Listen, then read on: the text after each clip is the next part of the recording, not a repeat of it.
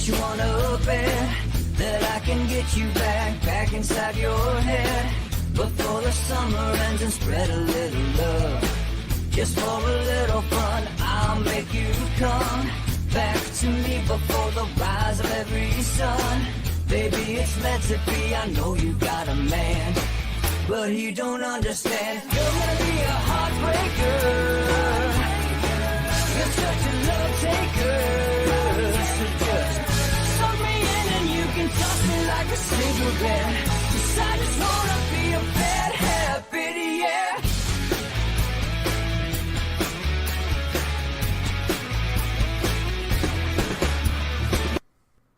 Welcome to Inside the Numbers with the People's Pundit. And now here's your host, Rich Barris. Welcome to Inside the Numbers with the People's Pundit. It's Monday. I'm your host, Rich Barris, People's Pundit. All right, we're going to do continuation of the show from last week, which is we're going to have some new interviews too this week. We're going to show you, oops, I did it again. It's like every time we come out with these trends, I actually like this about my job. We come out with these trends and people are like, that's a fake poll. Trump is not anywhere near the mid-50s or 60s. And honestly, averaged together, he was just a little bit over 50. But we did continue to poll, and we're trying to continue as much as we can. And I told you and I showed you, he is. This is something that built up, got him out of the 40s, all right, and put him into the 50s. That was, I think, separate from the indictment, or at least maybe this idea that they were coming to get him, that changed people's attitudes. But it really was more than that. It was the flip-flopping on Ukraine. It's the Disney stuff, which the Wall Street Journal, did you miss the editorial in the Wall Street Journal last week? Or the start of this week. It was the Business Insider, DeSantis cost the taxpayers. I mean, this built up over time and led into, and then the vetting. I mean, it's always hard when someone gets vetted. The idea of somebody is great until they start to get vetted. And then, or at least typically with normal politicians, that's what happens. So some of this was built up over weeks. And there is without a doubt, especially in the phone interviews, which I have to keep my eye on, where I need to make sure all the agents are doing a good job and everything's all right. But I can already see it in the interviews that are taking place. Without a doubt, he's jumping again. So, this is something that had happened. Does it have staying power? I've argued that it is true that a presidential frontrunner in a nomination this early doesn't always get selected. Typically, they're not. Joe Biden was, but typically they're not. However, we've never had a former president. We're in a different time. And if these historical norms were to have held, then Republicans would have 250 seats in the House, at least 52 in the Senate, if not 54. If historical norms would have held, then Donald Trump would have been reelected in a landslide, because no president has ever increased his vote share and lost the presidency. No president has ever won Iowa, North Carolina, and Ohio on the Republican side, lost the presidency. Oh, and Florida, and lost the presidency. This doesn't happen. All 31 pivot counties in the state of Iowa, it doesn't happen. Juneau County in Wisconsin, but loses the state of Wisconsin, it doesn't happen. So for all these people like selectively picking the historical norms, I'd argue that's a fair point. Normally. And we are in anything but normal times. So a slew of polls have come out since our poll came out. Started with the Fox poll, which showed Trump at about 55%, 54, whatever it was. Showed DeSantis falling to the low 20s. I just saw, and I didn't just see it, but Trafalgar's polling on this, and I want to go through it, actually very close to what we have had as far as the trend, where Trump was really in the low to mid 40s. DeSantis had crept as high as 30%, 31%. And then the vetting happened and Trump ticked up a little bit, but not, surge. DeSantis started to fall back into the 20s, mid 20s. And then this explosion. And I really think this surge would have happened regardless of the indictment, but it wouldn't have been this fast and it wouldn't have been this pronounced. All right, so let's start with, and by the way, we'll have Joe Kent on a little bit here. That's why I'm trying to steamroll to get through the polling. We had some questions you guys can grab and throw in the chat. Some questions that Laura left for me from the previous week because she's, she's going to be in there, but she's not going to be grabbing questions at the moment. But there are some that left, and I want to get to them all. But Joe Kent is going to come on because Joe is the perfect guest to have to explain what I think is going on. And what I think is going on is a few things, but one is really just gets down to what Rush Limbaugh, the late Rush Limbaugh, used to talk about when it came to Trump and the voters, Republican voters, which is that the only one who could break this bond with Trump and his vote is Trump. All right. And when people start to veer away from him, because he is, look, if you like the good with Trump, if you're a Republican and you like all the positive for a Republican that comes along with Donald Trump, then you have to take the warts. And some people didn't understand what it meant when they elected Donald Trump in 2016. They thought like this massive sweeping change was going to happen without bumps in the road, without the seasick voter syndrome. That's a little bit naive and a little bit idealistic, but Americans are idealistic. They're not historically naive, but they have become. And let's call it 20, 30% maybe of the Republican Party really did believe that, you know, I don't know, maybe it's time to move on from Donald Trump and maybe they'll go easy on us. Maybe we can somehow win Wisconsin, Pennsylvania, and Michigan because they won't fortify and do mass mail-in balloting. I mean, look, to the Trump voter, that's ridiculous. To me personally, that's ridiculous. It shows a demonstration that you really don't understand what epoch you're living in. Just like so many of them that we spoke to on the weekend said, I can't believe they did this. And they're not just Republicans, by the way. I can't believe we've come to this. I never thought they would actually do this. So now I'm back on being a Trump supporter because I'm so scared or concerned or angry. And it's Trump or bust. We measured this Trump or bust vote. And I think that if Trump wins the nomination, they're going to do everything in they, meaning the establishment, period, Republican and Democrat, are going to do everything in their power to try to get him to lose this election. They're going to try to Kerry Lake and they're going to try to, Kerry Lake him, right? Or they're going to try to McCain him, right? That kind of dynamic. That, I think, is a real concern for Trump's campaign. But the fact of the matter is the Trump or bust vote is much bigger than that. So, the Republican Party has really put themselves in this awful corner. And the truth is they had 6 years to convince these people that they were just as trustworthy as Donald Trump. But instead, they didn't. They mocked them, they ridiculed them, and they proved that without a doubt, they're not much different than George W. Bush. They're not much different than John McCain. They're not much different than all of the other happy losers, the Bob Doles. It's a great way to set up losing a presidential election like George Herbert Walker Bush lost the presidential election. A great way to set up how Bob Dole lost a presidential election. And it's a great way to set up how Mitt Romney lost a presidential election. This will be the case of the missing white voter on steroids. It will just be the case of the average American voter. Because they're not just white this time. They're everything Mitt Romney said he wanted, but as it turns out, I guess he really didn't want them. So this is on them for putting their own party in this untenable, truly precarious situation. All right, so let's look at one first. Let's go to Trafalgar. All right, interesting enough.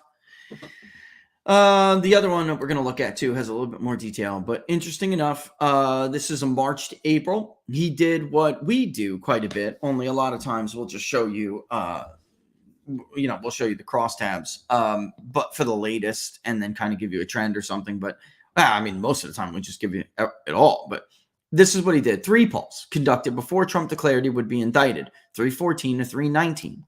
After Trump declared he would be indicted, 322 to 325. And after the actual indictment, 331 to April 04. And, April 02. April 2nd.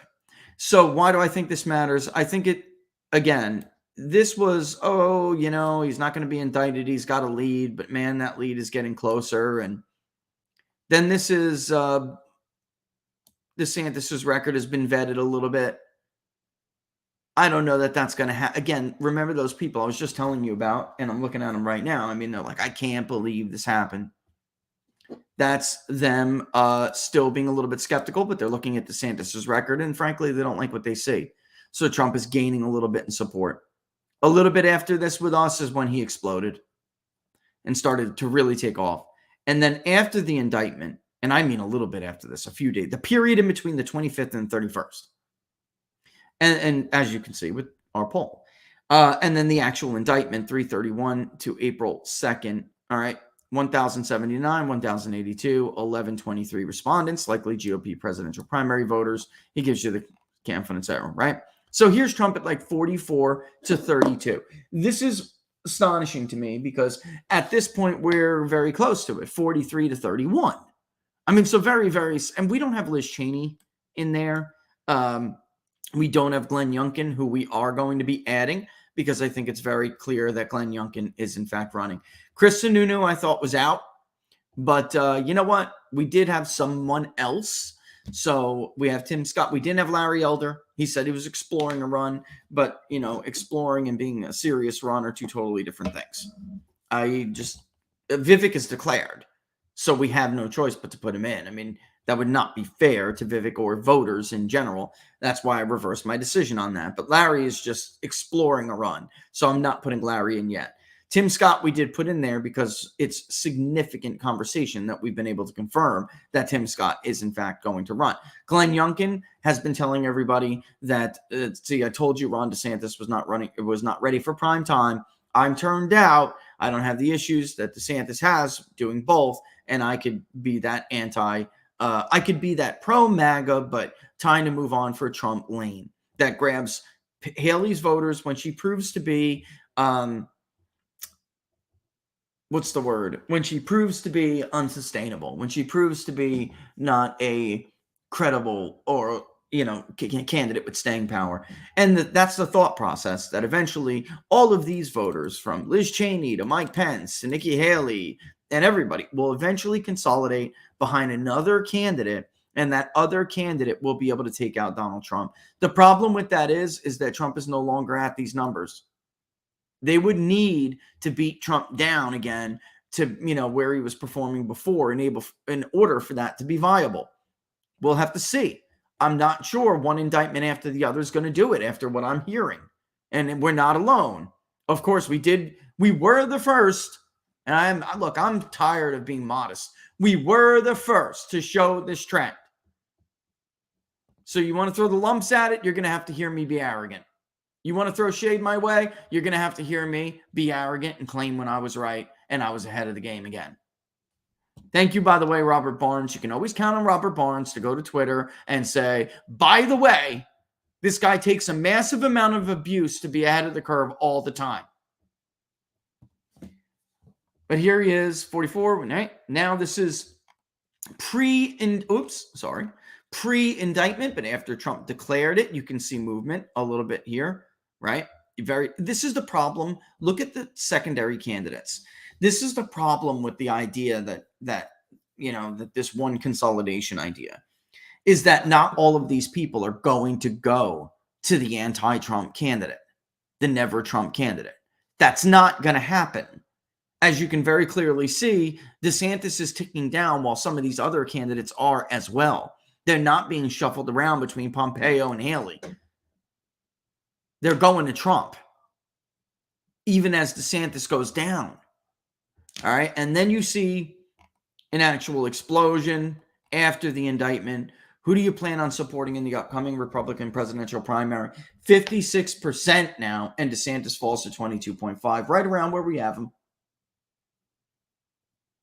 Vivek didn't tick up in his poll, which is a little bit interesting to me. We had Vivek, Pence, and Haley a little bit higher in our one that was just released. But we also had DeSantis a little bit lower, and we don't have Liz Cheney. Liz Cheney running, and honestly, I think is going to help Republicans more than it's going to hurt them, whoever the nominee is. Liz Cheney really has no support among actual Republicans. I think that's just noise right now. I really do think that. All right, so Elder falls, Youngkin falls, Vivek falls, Scott fell, Pompeo fell, Haley fell, Pence fell, DeSantis fell. And did Cheney fall? I think she did a little. Nope, she ticked up a little bit. So some of the ones who went from DeSantis went to Cheney a little bit, which, by the way, DeSantis voters would be like, that can't happen. Yes, it can. And the majority of everybody who changed their mind went to Trump. This is an interesting question right here. Support after the indictment. More likely, or much more likely, less likely, much less likely. At the end of the day, it's about 3/4 to a quarter, more likely to less likely. And if he gets the nomination, we've polled this before, and we're polling it now. There has been no significant erosion against Biden in Trump's support. It will be a choice between Biden, who is no longer, all lacquered up with that polished decency image. That's gone, which I can't overstate how important that is. Hillary Clinton had a flaw. Biden was able to skirt around it, but now Biden has generally the same flaw. People can't stand him either. They don't think he's a nice guy anymore. He's not decent anymore. The charade is over. What does that matter? Because eventually it just comes down to competence in making your life better. And voters will, it's not a popularity contest anymore. It's a competence contest. Who has done a better job at personally making your life better and writing the trajectory of the country? In that case, is no contest. Look at the Morning Consult poll. Has been tracking this for a long time. Under Biden, is the economy getting better or worse? Under Trump, is the economy getting better or worse? Is immigration getting better or worse? Is the stability of the country getting better or worse? Foreign policy getting better or worse? Go look at those measures. There's no contest. So what is interesting to me is that all of the intensity on this question is much more likely. I'm not really hearing, none of our guys and girls are really hearing, oh, this is just so tragic and, so bad. It's so bad that I just could never vote for him now because they charged him with a campaign finance violation in some weird way. We're just not hearing that. What we're hearing is this is an outrage. This is terrifying. I never thought this would happen in the United States of America. All right, so let's get rid of this one, and let's bring up the next one. I'm trying to run through these. All right, so now here we have insider advantage.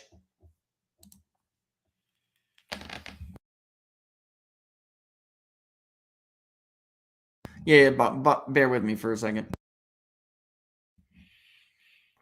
The crash tabs are going to open in a new thing, aren't they? Nope. Excellent. All right. So, well, you know what? Let's go back and let's see if Matt leaves a comment or something. Does he? Yeah, he does. All right. So this is the 31st to April 1st survey. It's a smaller sample, 550 likely GOP primary and caucus voters. It's weighted for age, race, and gender. The margin of error is 4.2%. We're going to take a look at those crosstabs in a second. If you were voting today to choose the next Republican nominee for president, for whom would you vote? Which is closer to the way we asked the question, if you guys remember. We ask very similar, which is basically, thinking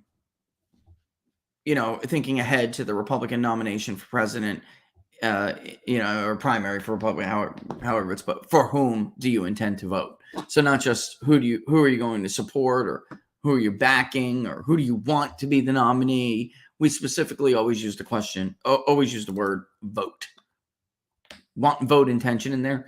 All right. But anyway, Trump took 57. Ron DeSantis took 24. Nikki Haley took 5. Pence took 4. Christie took 2. Oh, Christie, we're weighing that too. Christie may have to go in this. Pompeo 1. Vivek 1. Sununu 1. Tim Scott nothing. Glenn Youngkin nothing. Someone else nothing. Undecided 4. What's interesting about what Matt Towery is showing, and what we also, is that the undecided no opinion in our poll is getting very low. Very much like this. It's like they have decided.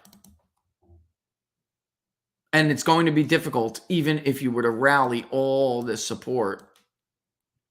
It's going to be difficult if this continues. If he goes over 60%, it's over. I just don't know how you're going to destroy a city. Again, it's a former president. It's not Rudy Giuliani. It's not a mayor of New York. A lot of people keep going back to Rudy Giuliani. When, by the way, we have a very recent example of Joe Biden not as dominant in the polls, winning the nomination as the early frontrunner. But he's not Rudy Giuliani. He's a president with a record who's now under indictment in an environment where his party voters feel like they're next. It's just a different situation. It's totally uncharted water. We should park the hubris for a second and our ability to think we can project voting behavior a year from now, 18 months from now, and take it as pretty significant and wait to see what happens from here. One question I have is, I really don't think they're going to stop here. I think Joe Biden has decided he is going to use blue DAs, so Soros-backed DAs. The Washington Post is such a sham. It's tragic. I used to love that paper many years ago. I did. I liked reading them. I liked reading the Wall Street Journal. I liked watching both Fox and CNN. I even liked the New York Times, especially their book review section. Things were different back in the day. Foreign Policy Magazine was a staple for me. The Economist was cool. It's just total travesty what's happening to these outlets. Soros-backed isn't an accurate way for DeSantis to describe. Yes, it is. He's never met Soros. Oh, okay.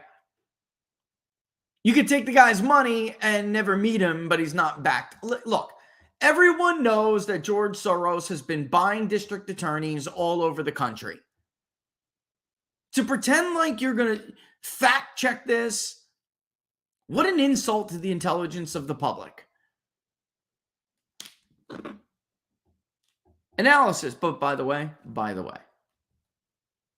it is also just as dishonest to say that if Ryan and McCarthy send their donors and the Bushes send their donors, doesn't mean they're supported by those people. That specific candidate. All right, so Matt Tower says, former President Trump appears to have received a post-indictment bump in the survey. The latest Fox News survey conducted just before the indictment in New York was announced showed Trump leading other potential rivals at 54%.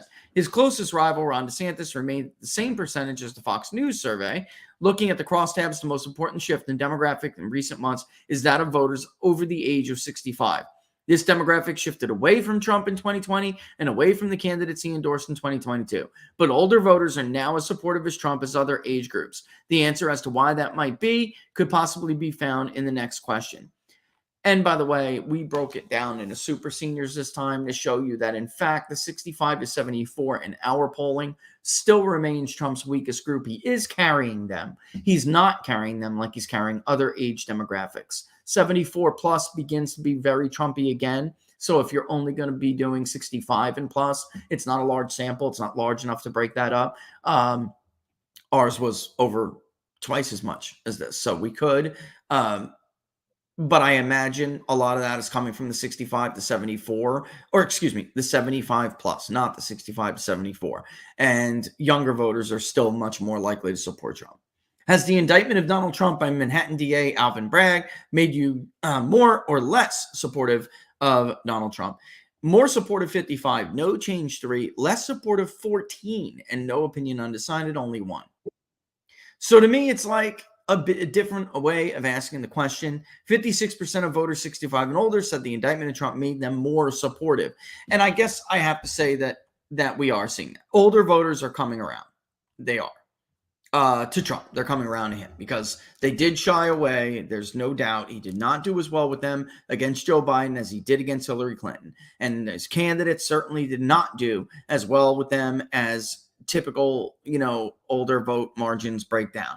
That being said, I'm not sure that all has to do with Donald Trump. I think it has to do with age being fluid. Today's 65 plus is yesterday's 45 to 64. The 45 to 64 age group is now very Trumpy, but it wasn't in 16. It was Trumpy, but it wasn't as Trumpy. All right, so some in Congress argued that Democrat-controlled federal departments and agencies and some state and local agencies, such as district attorneys in large Democratic-controlled cities, have actually become weaponized against Republicans and conservatives, creating a two-tiered system of justice. What is your opinion on this? And we can just, I look at it right here. Agree, they have been weaponized against Republicans and conservatives, 79%. Disagree, 14%. No opinion, 7%. So again, when you have about that much who's saying less likely, saying they won't even vote, and then if their nominee isn't Trump, and then you have another 15 saying they could consider voting for a third party or the other party's nominee. You're looking at twice the number of people who are turned off by this indictment, potentially abandoning the Republican coalition in 24 if it's not Donald Trump. Quagmire this party has put themselves in because they refuse to give up and hold on. They refuse to let go of the old guard is one of the biggest catastrophes or tragedies, like a Greek tragedy in modern politics. This is the same party who was defeated because of similar circumstances. An incumbent president. Bill Clinton never got 50%. If Herbert Walker Bush wasn't a friggin' rhino who lied, read my lips, no new taxes, he would have been reelected. If Bob Dole wasn't a rhino, he would have beaten Bill Clinton. Or at least he had a very good chance of doing it.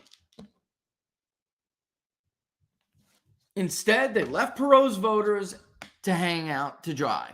They left later Pat Buchanan's voters out to dry. Or excuse me, earlier Pat Buchanan, then. And in 2000, they damn near had it happen to them again. Pat Buchanan was hit with some dirty campaign tactic. He was basically not considered a viable candidate, and he got a 0.5 percentage point. Ralph Nader got low single digits, mid to low single digits, depending on the state. And Bush was able to bring these people back into the fold. In 2004, they did not abandon him in huge droves. He won the national security Democrat mom. And it was able to offset losing some of those people, which is why he lost New Hampshire. And then in 2008, John McCain got spanked so badly, it looked like damn near Richard Nixon type size victory. They don't learn their lesson, this party. They don't learn their lesson. It's incredible. And because they don't, by the way, is why we're now at the point where local DAs indict former presidents on ridiculous charges. And I think if he's ready to come in, I wanted to have Joe Kent on today to talk about this because I really think Rush Limbaugh's words are going to haunt the establishment in this party forever if they don't pull their heads out of their own asses. All right, Joe, you ready to come on, brother? He's ready. All right, listen, Joe Kent, everybody. I'm so glad to have him on again. As always, last minute, as always. Well, we talked last week, but Joe, thanks for joining the program. You're always so pliable and you make things happen. Really appreciate that. Welcome back to Inside the Numbers, my friend. Absolutely. Thanks for having me. Let me first just get before we get into some of this stuff and how you think it impacts 24, what's your overall impression of this, Joe, as somebody who's fought for this country, served this country? What's your overall impression of this indictment? I think we've been through so much in the Trump era that at this point, it's almost, I'm going to borrow a phrase from Donald Trump Jr., it's almost like it's just another day that ends in Y. They're trying to get Trump. But if you take a step back and you look at what truly happened, I mean, we have a district attorney who is trying to charge and prosecute a former president on something that I don't even think is technically a misdemeanor if he even did it, which I don't think he did. I mean, it's really a campaign finance violation of some sort. But they're going going after him, and they have not stopped going after this man. He essentially him and his family essentially had to flee from New York City to go live in Florida after he was kicked off social media, after we investigated him for how many years. And then at the same time, quietly, when they charge him on, like, I think the same 24-hour period, we have, I forgot the guy's name, who's making the memes in 2016. That guy's going to do jail time for making memes. I mean, we've already seen the FBI go after parents that show up at school board meetings. So right now, I mean, I think this just shows us what's at stake right now. Everything that we fought for in the military, everything my late wife and so many other Americans gave their lives for, that's on the line right now. And I don't think I'm being hyperbolic when I say that. I don't think I'm, really sounding a false alarm. Like, this is very, very serious and very, very dangerous and dark. And I know this audience is very friendly to the Trump movement and MAGA and all that, but for even people who don't like President Trump, this is very, very serious. I mean, if they were doing this to Obama or someone else on these charges, I mean, I think all of us would take pause at what's happening to our republic. Yeah, I'm so glad you said that, because I don't care if this is Barack Obama, Hillary Clinton, Bernie Sanders. I mean, real crimes are one thing, Joe. Pay for play is one thing. It's funny they don't get prosecuted for that. Barack Obama misusing the Logan Act. That's not a big deal. But for this to be used to take a president, even the Mexican president, Abador, is like, this is a political persecution. How do I know? It happened to me. So now we're on par, Joe, with a narco state.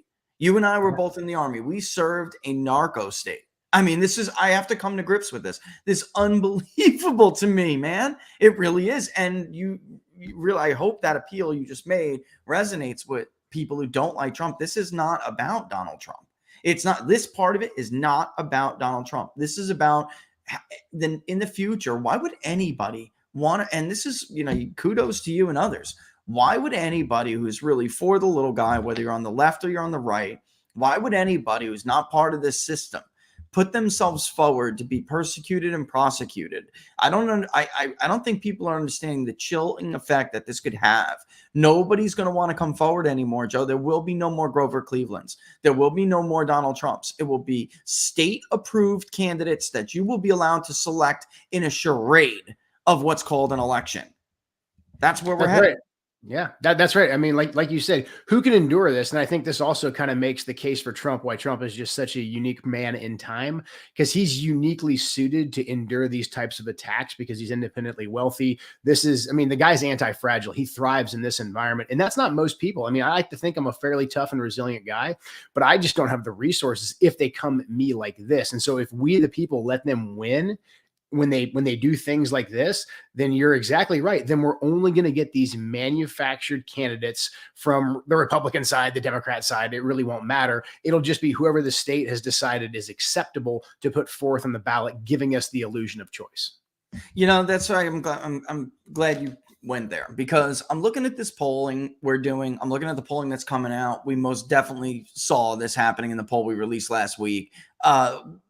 This happened last week. You had a fundraiser. The day it happens, Don Jr. is scheduled to come and, do your fundraiser. His father is indicted and he still keeps his commitment, so I feel like this is such a perfect, example of why I think some of these voters, are maybe we're flirting with going with somebody else, moving on, are coming back, because this is a loyalty thing Rush Limbaugh used to talk about. As long as they, he doesn't break their promise to the voter that he made to them, they'll back him when the time comes, when it's necessary, no matter what they throw at him. And, you as somebody, you've seen it firsthand. These people give you their word. They don't renege on it, do they? No, they don't. I mean, Donald Trump and his family, for all the crap that they get from the mainstream media. I've actually had now at this point 2 pretty unique experiences. One was when I met President Trump at Dover, waiting to receive my late wife's remains, and he was very kind, very compassionate.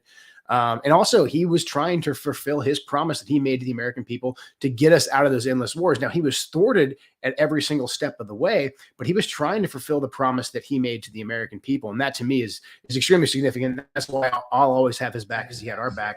I mean, I like you said, I just this last week had the honor to have Donald Trump Jr. host a fundraiser for me just before the actual indictment came down. I was on his show, Triggered, on Rumble. People can go find it. We were on there for probably about an hour and a half, 2 hours, just talking about a wide variety of issues. I think we briefly touched the indictment, but we didn't talk about it for very long. And then we had a little, like an hour or two before the fundraiser started. And I was at the fundraiser just chatting with some of the donors. And I didn't realize that he had gotten, President Trump had gotten indicted. And one of my team members came over and just said, "Hey, Trump got indicted. We're not really sure what's going to happen." And so I figured, hey, Trump Jr. can't come. Don Jr. can't make it because he's got bigger fish to fry right now. But 5 minutes later, Donald Trump Jr. comes through the front door and is like, hey, let me talk up front because I do got to get going. But he stayed and he gave probably about a 30-minute speech, answered questions, took selfies of people. And really his message was just, hey, like we are still in the fight and I need all of you to be in the fight too. That's why he, articulated that he was supporting, my candidacy and encouraged all the donors to, to give big. And he really was a very much a team player because he probably had about 10 other places he needed to be that day. I think he got on a plane. I think he drove right to the airport to get to Mar-a-Lago and then to get up to New York. But that's the side of the Trump family that people just don't see. But I think that those of us that are down here on the ground, the deplorables, the forgotten men and women of the country, we understand that. Rare to non-existent, Joe, in this day and age. Rare to non-existent in this game today. I got to get you. I want to get to some issues because every time I have you on, you're uniquely qualified to talk about this. But also, I think this was having an impact on, where voters are looking when they're thinking about 2024, the direction they want to bring this party. And, every time you come on, we take a look at the situation in Eastern Europe. You have all of these mediaites and, all of these politicians, right and left, just any day now, the situation is going to improve for Ukraine. I just took a look at, somebody had sent me it's not even a casualty report. It's just 18 to 45 men, population in Ukraine, how much they've lost over the last year. Some of it is them, obviously casualties in war, and others are just fleeing, so it's like the destruction of an entire country, Joe.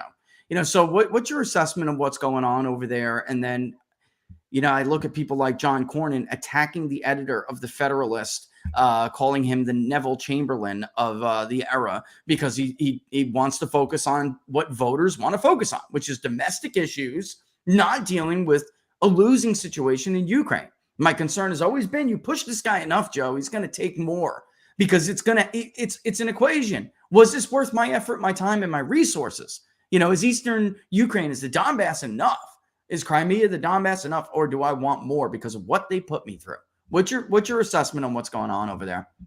I mean, right now it's just tragedy on top of tragedy because like you said, look, you don't have to be deeply steeped in geopolitics or military strategy to take a look at the map. Russia is a very large country. Ukraine is much smaller than that. So naturally Ukraine has less people they can throw at this thing. And Russia, look, if you look at Russian history, they are comfortable with losing 1 million of their own citizens pretty much in every war that they fight. And so they have, people can criticize their tactics all day long. They haven't been the most sophisticated, but that's how the Russians fight. They've thrown a ton of armor and artillery and men, a lot of convicts and Wagner mercenaries at this fight. And Ukraine, look, the Ukrainians, I'm against our intervention there. However, the Ukrainians have fought very valiantly and they're making a heroic stand in Bakhmut and a few other places. Now, how strategically important that is, that's a different discussion for a different time. But look, this is the problem. If we keep supporting this, people like Zelensky are going to continue to throw their young men into the meat grinder, and they have a limited amount of young men that they can do that with. And so really, we're just exacerbating this to the point where the Ukrainians, regardless of how much aid we throw at it and whether or not we can afford that aid, that's a different discussion. But we continue to throw all this aid at the Ukrainians, and Zelensky's going to keep putting his people on the battlefield. There's no incentives right now whatsoever for de-escalation. And why would Russia stop? They've got China underwriting the whole thing. China in the last week has made very scary gains economically on, destroying the petrodollar with Saudi Arabia, this new alliance they're making. Now we've seen major moves by Japan, major moves by India. I mean, China is sitting back and eroding the dollar, which I think is a broader economic policy. But at the same time, look, we've got all these Republicans and Democrats in Congress that are telling us, hey, we have to keep sending unlimited billions to Ukraine so far, 120 billion so far. But then when you mention something crazy like, hey, wouldn't it be great if we actually had armed security outside of all these schools so people can't just go kill our children? They say, oh, well, that's just you're not even a serious person right now. We can't afford that. That would cost billions of dollars. Well, gosh, where can we find billions of dollars? I think it's very realistic for people in America to say, I'm sorry, like I feel bad for what's going on in Eastern Ukraine and Eastern Europe right now, but our border is wide open. Our infrastructure is crumbling in places like East Palestine and throughout the entire nation. Like we can't get enough baby formula for our babies. Like the costs here domestically are just going up and up. So I really do think at the end of the day, I think a lot of leadership comes down to what you prioritize. And right now, the ruling class in America is not prioritizing the American people, and they feel it every day. Yeah, I think that the bottom line comes down to this. These, you're mentioning that they said that's not a serious proposal, and I saw that all over Twitter. But the fact is, I mean, the indictment's a serious issue. But we before that had bank failures, Joe. I saw your tweets on this. The Fed running to the rescue of big banks at the expense of little banks, at the expense of people who, that insurance is supposed to be for the little guy. So I just don't see, until these people are removed, I don't see the John Cornyn's being serious enough or up to the challenge. I mean, there has to be a new wave, a new generation. This happens in American politics a lot. The 60s, the 70s. Nancy Pelosi rode in on an entirely new generation, a wave election that brought in this new generation of liberals to deal with just different issues that the Washington establishment didn't want to deal with. So we have these bank issues. You just brought up China and the petrodollar. Those are both issues I wanted to get, into with you. This bank issue is not going to go away. Before we got distracted, the Wall Street Journal reported that about 180 plus banks were in the same situation that Silicon Valley Bank was in. There's no easy answer here, is there, when it comes to this corner the Fed backed itself into? Raise interest rates, risk bank failures, and then throw a whole bunch of money at them, or don't and risk higher inflation. I mean, it's not an easy answer, is it? And it's going to come down to priorities. And look, there's going to have to be hard cuts made. I think this budget ceiling fight that we're having right now, the debt ceiling fight, I think that's really critical, because I think it's very important for whoever is in power to actually present a budget to the American people. I mean, come on, like you and I have to have a budget to run our households. Every single American throughout the country has to do that. But our government has been given this blank check now for decades, but especially in the post-2008 era, where they can just continue to print and spend. And we're seeing all that implode right now. And if people think that Silicon Valley Bank, that was bad, what we're approaching with losing our status potentially, or even having the status eroded as the prime reserve currency holder, we've got a lot of work to do. And so again, but every time we go to have a serious conversation about our budget, we get distracted by things like, well, Ukraine. We can't talk right now. You hear the Democrats and Republicans say this all the time. We can't discuss these things right now because we're at war. Well, number one, no one declared a war. But number two, like, look, guys, we just simply don't have the money for this. Even if you deeply, passionately believe that we need to be spending money in Ukraine, it really just comes down to, at the end of the day, like, you got to feed your kids and take care of your house first before you help other people. And again, this goes back to the common sense of, the working men and women of this country. They understand that. And when DC starts talking a bunch of mumbo jumbo, they know that they're being lied to. Yeah, Laura's giving me the 1 minute and a half warning here. Let me give you a chance to because we're talking about priorities. What would be the 3 top priorities for Joe Kent when he's elected to Congress? He goes to Congress. What are the 3 things this country needs to focus on to right this ship, Joe? Number one is having a balanced budget. Like, look, we take in nearly $5 trillion in tax revenue every year. That's just the federal government. Just cut one. We have enough money to pay for Medicare, Social Security, all these critical programs. That's about $3 trillion. Other than that, we need to get serious about cutting back on discretionary spending. We need to have some serious discussions about how much we spend on our defense budget. And so I think that the budget is number one, first and foremost. We've got to get that house in order. And then I think we really need to focus on what HR 1 just did this last week, energy independence. Get the energy economy humming back here in America to bring down the cost of energy. That's going to bring down the costs for people in their everyday lives and give the American people some immediate relief to this inflation. I think that's absolutely critical. And then security. I mean, we have to secure our border. We can't have a wide open southern border. I mean, Vladimir Putin and threats to our democracy aren't killing any Americans right now. Fentanyl coming across the border is destroying our communities and killing like 300 Americans per day. And then that speaks to a broader issue of law and order. We do have to actually enforce laws, make our streets livable, and make them safe. And then I would also add on, let's secure our schools as well, so that we know that when we drop off our kids at the beginning of the day, that we'll see them again at the end of the day. Yeah, it falls in security, no doubt. It does. Yeah, tell people, Joe, as always, thanks for coming on. Open invitation back as always. But tell people where to follow you, where to keep up with what you're doing. Yeah, absolutely. Please go to joekentforcongress.com. Any kind of amount of dollars that people can give, $5, $10, $15, that's really going to help us flip this seat. joekentforcongress.com. I'm on all the social platforms, Joe Kent 16 JAN19, Twitter, Getter, Truth, Facebook, all that. All right. Thanks again, Joe, man. You're welcome back. Like I said, anytime. Really appreciate it. All the best to you. Absolutely. Thank you very much. Joe Kent, everybody. Security, security, security. 3 things. You know, the second one, energy. It's like, strengthen the petrodollar. Make us, we're the Chinese are about to make us expendable in the international system when it comes to energy. The petrodollar is why we're allowed to have a $30+ trillion debt. It really is that simple. Without it, this all comes to an end. This little game, this little like House of Cards, and this little game we've been playing, boy, we squandered hegemony, didn't we? All right, you know what? Let's take a quick break, and when we come back, we will go over more of the polling, because I don't think we got enough. I really don't. I don't think we got to enough of what we need to be able to really grasp what I think is going on here. We're going to try to get ours out here by the next couple of days or so. Maybe we'll have, not maybe, we should have something to talk about on Wednesday, because I really do think that at the end of the day, something's going on here. The only question is whether or not it will hold, and whether or not people will be scared into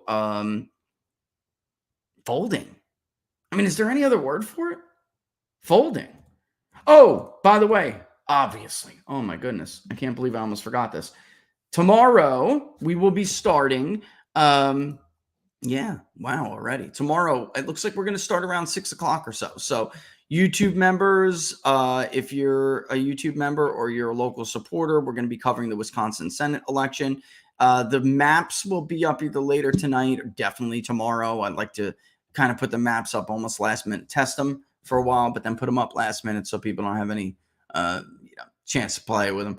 Plus, there's sometimes this test data in there, and I have long criticized news outlets for putting up their test data. It's just APIs that they're pushing bogus results with, but then it always gives the public the impression that they're doing something untoward with the election results. So we try to hold off on doing that as much as we can. All right. Yeah. So there's that. That will start, it looks like 6, maybe 6:30, their time, by the way, Central Standard Time, which would mean 7:30 Eastern Standard Time. We're going to have coverage. I don't know how many. It depends. That half an hour will depend on guests, because once the results come in, it's nice to have maybe a Barnes or something, kind of chat our way through while I look at the data. But I'll tell you immediately, I'm going to look at lumberjack country, what Barnes calls lumberjack country. I don't know unless there's a massive drop off in turnout in Dane, in Milwaukee. I don't know if any Republican statewide can really carry Wisconsin anymore without doing better than most Republicans typically do. Ron Johnson and Donald Trump, those are the numbers you need to hit in Northwest Wisconsin in order to make a real run at it. All right. So we'll see. And that's immediately what we're going to be looking at. But it could be, and if Wisconsin is any indicator, the Senate race, even the governor's race was really close. If it turns out to be one of those two situations, we're in for a long night. All right. So again, this is the first of many. Kentucky, Mississippi. There are governor's races, special elections that we're going to be covering, all leading up to, of course, primaries, caucuses, and then the Super Bowl itself, which is the presidency. But keep posted. We're going to have these cool delegate trackers. I can't wait to show you the delegate trackers. It's going to be a total different ball game this year. All right. And next year. All right. So we're excited to bring it to you. We're growing, And if you're not growing, you're dying. Right, Laura? That's the way it goes. All right, let's take a real quick break. We'll come back with more polling. All right. National security experts are warning that our aging power grid is more vulnerable than ever. January marked the third time a power station in North Carolina was damaged by gunfire recently. Authorities are saying the attack, quote, raises a new level of threat, unquote. Authorities are now checking our grid for vulnerabilities. They've identified 9 key substations. If these substations are attacked, power could be knocked out from coast to coast for up to 18 months. Imagine it. A blackout lasting not days, but weeks or months. Your life would be frozen in time right at the moment the power fails. Lights all over the country would go out, throwing people into total darkness. That's why having your own solar panel is now more important than ever. With the Patriot Power generator, which I know many of you got, you get a solar generator that doesn't install into your house because it's portable. You can take it with you, even use it inside. But it's powerful enough for your phones, medical devices, even your refrigerator. And right now, you can go to 4patriots.com and use the code TPP10 to get 10% off your first purchase on anything in the store, including the Patriot Power generator. You'll also get their famous guarantee for an entire year after your order, plus free shipping on orders over $97. And a portion of every sale, of course, is donated to charities who support our veterans and their families. Just go to 4patriots.com and use the code TPP10 to get 10% off. Again, that's 4patriots.com. Use the code TPP10 to get 10% off your order today. And by the way, like I always say, if you go to that 6-month deal, use the promo code TPP10 on the 3-month Survive kit. You'll get gifts along with it. If you're going to buy other smaller stuff, but along with it, you may want to wait until you get that kit to see what you get with that kit. And then that can, you don't want to end up with 2 of the same item. Unless it's something you can use, then whatever. I'm just giving you people's pundit tip. You may want to see what you get with those 10 free gifts on the 3-month survival kit, which is a great 3-month survival kit. Delicious, by the way. All right. Folks at Jam and Bean, patriots and artists, when it comes to roasting coffee, are offering viewers an incredible deal right now. I don't know how much longer it's going to last. You may want to take advantage of it. At checkout, when you sign up for a new subscription, use the promo code TPP40. Again, TPP40 at jamandbean.com. It's up on the screen. You will get 40% off that initial subscription and still get 10% off every subsequent renewal going forward, which was the People's Pundit discount to begin with. Their popcorn's delicious. Their coffee is amazing. Their teas are amazing. Check it out, jamandbean.com. Focus on those subscriptions, folks. 40% off. God, take advantage of it while it lasts. TPP40 at checkout. Again, you'll get that 40 up front, but you'll also get 10% off on every subsequent renewal. All right. All right, well, let's rock on here. Let's get back to the polling, shall we? All right, so which one do we want to go to next? I just want to point out that these are not isolated polls. Trump was at 54 in the Fox poll, which did not have the extended duration. You have even YouGov now. Trump plus 31. So this is, I want to go over the crosstabs from Matt. What's up? That's cool. I'm just going to run and pick her You gonna up so boogie? I could do her hair and makeup real quick. Go ahead. And, You don't have to tell the just world let that. I that- know what you're doing. I know, but I just Let everybody know so they don't think you're not in there for Yeah, no good ignoring reason. them. Yep. Okay. Yep. See, she loves you guys. She wants to make sure. She wants to make sure that you guys are, that there is, she's doing her thing. And just, I do want to just bring up, Iowa's one of the most difficult states to poll. I'm not really sure I care about what somebody has as their grade. There's been like 2 pollsters to get Iowa right in the last couple of years, in the last 2 presidential cycles. And so far, none of the ones I've seen from Iowa are one of those 2 polls. So Iowa would not be a competitive state. I just feel like I got to go over this over and over and over and over. Iowa would not be a competitive state with Trump on the ballot. It's like, God, I got to bring Robert Barnes in here and we got to go over this all over again. There are 31 pivot counties in the state of Iowa, meaning They are Obama counties that voted for Donald Trump. They don't at all always vote for Republicans statewide or within their districts. They are not loyal Republican voters. It is a difficult state to poll. It was never competitive, even when there was like Biden +2s,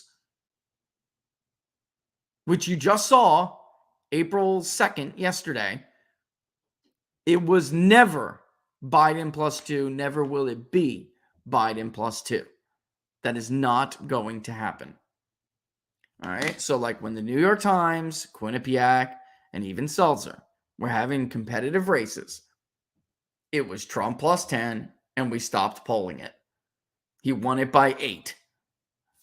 It's not competitive. They're just the cream of the crop when it comes to difficult voters to poll. All right. And that's why Wisconsin is also one of the more difficult states to poll. Wisconsin has more in common with Iowa and much of its, the majority of its geography than it does have in common with Michigan or Pennsylvania even. All right. They're very, very quiet, reserved opinions. And yeah, as loud as some of them can be, when the pollster calls, they always get the people that are dying to participate first. And it can trick you by thinking that, oh, well, my sample size is large enough. But they're not looking specifically at the demographics of those responses, or at least not the right demographics. All right. So again, I will say this. A frontrunner for any party nomination, especially Republicans, because of the demographics. When it comes to Democrats, they do have wildly different demographic states. So the early states are much whiter and much more progressive than some of the later states, which tend to be a lot more non-white once you pivot out of New Hampshire specifically, and you get to South Carolina, which is why they're trying to change the calendar for Joe Biden, and they are going to change it. Watch. They will move up South Carolina. Once you get to them, it looks a lot different than the earlier primary states, and more so even than on the Republican side. And national polling still is a leading indicator. It still can give you a good idea based on the demographics inside of the national poll. But for the most part, on the Republican side, this holds more true. You are not going to be 31 points ahead in a national poll on it for a Republican nomination and be trailing in New Hampshire, and be trailing in Iowa, and be trailing in North Carolina. That's not going to happen. The demographics are not that dissimilar. If he's got a 45, 50-point lead with high school or less, it's going to be pretty difficult to beat him in Iowa. It's going to be pretty difficult to beat him in New Hampshire. If he's winning with every non-white group 4 or 5-1 and still winning with whites, good friggin' luck in South Carolina. They call it the silly season for a reason, but for crying out loud, folks, give me a break, which is why I want to bring this in here for a second. Let's take a look, and I know it's a little, let's see if I can zoom in. Just make sure you understand what's a show for the donors and what's like legitimate, okay? All right, so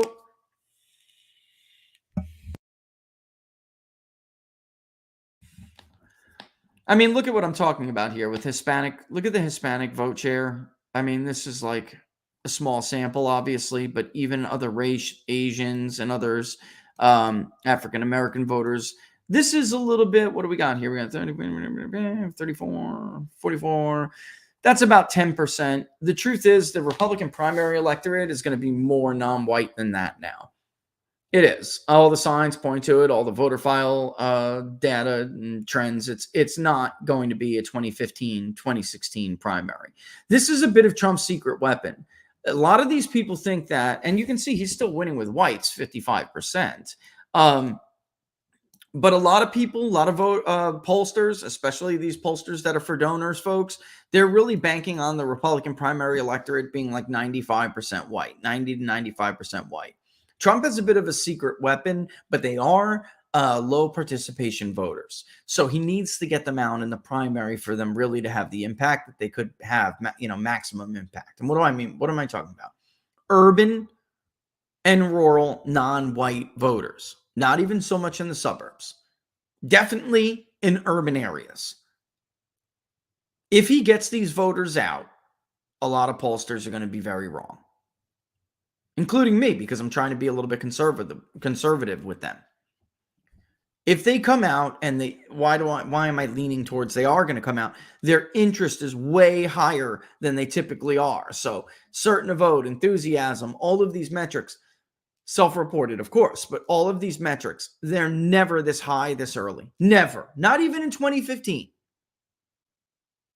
Overall, in the national polling, that was the one we just released, in April of 2019, certainty to vote was 17 points lower than it is right now, and that was a massive historic turnout election. Even the primaries, too, before the pandemic became an issue in the primary, there was historic primary voting for Trump. An incumbent president with no real challenge. These people were coming out in historic numbers. He beat Ronald Reagan in the first two states. They were coming out in historic numbers just to say, hey, we support this guy. In New Hampshire, it's always the state where if you have a problem, a base problem, and Joe Biden, you're going to probably see it there, more likely than not. If there's a real base problem, you're going to see it in New Hampshire. And yet, Trump he broke the record for both parties.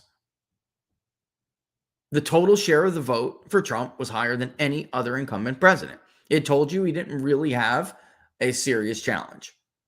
Curious to see what happens with Joe Biden in New Hampshire, a state he did very poorly in. But again, those two states are white, very white. But there's a smaller share. But once we get to South Carolina, get to North Carolina, that's another one, by the way. Texas. These numbers, 71% to 18% with Hispanics, that's going to matter. And so here, the age thing is interesting. This is the opposite of what we found. But then again, we broke up 18 to 24, 25 to 29, and 30 to 39 separately. So that may have some impact. And actually, I'm curious. Let me see. It's registered. Let's go to likely. Just bear with me. Keep his cross tab up. Well, bear with me. I'm just curious. The 30 to 39 was less it was less Trump than the 25 to 29 and the 18 to 24. Ooh, that's true. Huh, interesting. So the 30 to 39 was 47 to 12. The 25 to 29 was 51 to 15. So that's interesting. He has that much support there for DeSantis. We do not. It's very clear that DeSantis's vote fell off in the older vote. That's where he was drawing his support from, was here.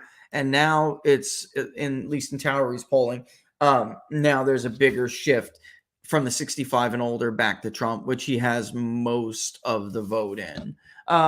We are looking at the primaries from last year. And to us, if you look at the Republican primaries in 2022, the 65 or the 45 to 64 age group was a massive age group. The Republican primary electorate is getting younger and it's getting less white. So to me, this kind of looks like, and look, it's, all kudos to Matt. It looks to me like a, an electorate from like 10 years ago. It does. I'm just being honest. Moderate liberal. Trump's almost at 60% among conservatives. We're getting pretty close to that. But when it comes to liberal identified Republicans, those are the ones you think that Trump is supposed to lose. We're actually seeing that as well. Trump actually is carrying those liberal Republicans. It's a very small sample in ours as well, but It's like nobody else has support among them. Moderates is Trump's weakest vote. Yeah, that's about right. By the way, notice this, folks. Females. What were we talking about last week? And I tweeted about it over and over again. I put it up on locals. This was the movement for us. Men were around 50. It was females who exceeded that significantly. Most of the movement was among women. And by the way, let me see if I can hold on one second. Bear with me. I'm gonna we'll just keep going while I pull something, but I want to show you something because it's exactly what I'm talking about. And it looks like others have. Can I copy it and just paste it? Let me see.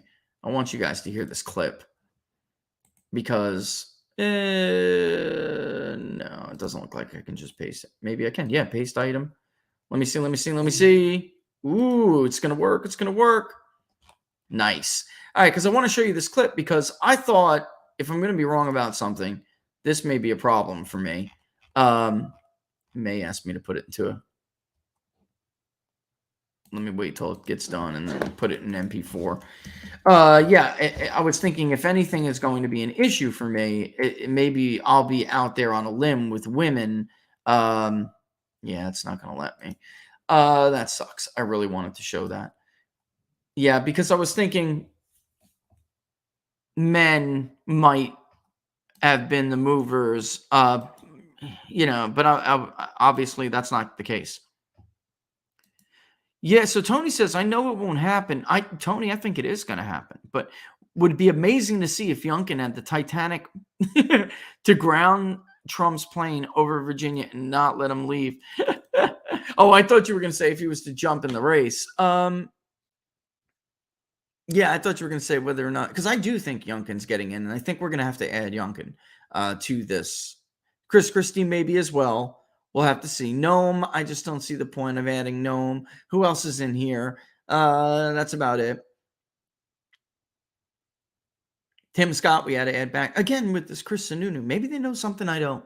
I'll reach out to them and see if they've heard something that I have not heard. But I heard Sununu's out. He's not doing it. I don't know. Which states have the highest, Evan, Rich, what states have the highest Republicans crossing over voting Democrat? Evan, that's a great idea. And what state is the highest registered Republican crossover vote? You know, when it comes to the polling, we could do that by region. But do you mean in the, and I'm going to wait for you to respond right now, Evan. Do you mean in the primary? Because some states, it's a little bit, they have their own rules. Some are open and you can vote in anything. Or do you mean in the general? Which one are you talking about? Yeah, and by the way, NL, I totally agree that the Trump reluctance, the never Trumps are not going to vote for him anyway, regardless. But Evan, I'd be happy to put up, the poll and show you by region. We'll see if that's what you mean, by states. What else they got here? Has the indictment of, and let me look and see if I can find. Whoops, I scrolled too quick. I'm sorry if I'm making you nauseous. Something in these other questions that can suggest I'm right about the women issue. Because women, for people who don't know, especially Republican women, they can be very, very, what's the word? Passionate. They sometimes, first of all, they're less interventionist than Republican men. That's number one. And number two, I think they'd be more sensitive to these issues that we've been talking about when it comes to, these indictments opening up Pandora's box, to they're more protective. They can be protective in some, what's the word? Guys, somebody help me out here. Yeah, I'm trying to. Nacho Kitty says, "Watch yourself." Exactly. I'm trying to watch myself. I am. I really am. But I'm on to something. Bottom line is they can be more sensitive to these issues of being persecuted, I think, is how I want to say it. All right. And then also, Again, I don't think it's any small feat that they're non-interventionists, more so than in the era of George W. Bush, we used to call them the national security moms, and they were actually more pro. I don't want to say pro-war. That's not a fair way to say it. They were believers of what Jack Snyder would call a myth of empire. But the argument the Bushes and others made at the time, we have to fight them over there so we don't fight them over here. Again, it wasn't because I think they found that to be a particularly persuasive argument. I just think that they are more protective of their family and their lot and of their community. Look, men, be real with yourselves. The testosterone levels have plummeted in this country, and that's going to have an impact. Men are not the hunter-gatherer, warrior defenders they used to be. Can we get real? There are a lot of even beta Republicans. There are. Women, just as likely as men, to say that the system's been weaponized. Let's see, what else? I mean, that's really it. That's all I'm looking at here. I would have loved to cross ideology with gender and see if we can't find anything. I'm going to do that. I'm going to nest ideology and gender, and I'm going to see what, if anything, jumps out at me, because I'm thinking that may be the answer right there. Okay, that may be where the answer lies to all of this. Maybe it's more conservative women. I've never heard of some of these polls people are throwing at me. Never heard of them, guys. I mean, I don't know. I'm very hesitant to show a poll that I am not familiar with.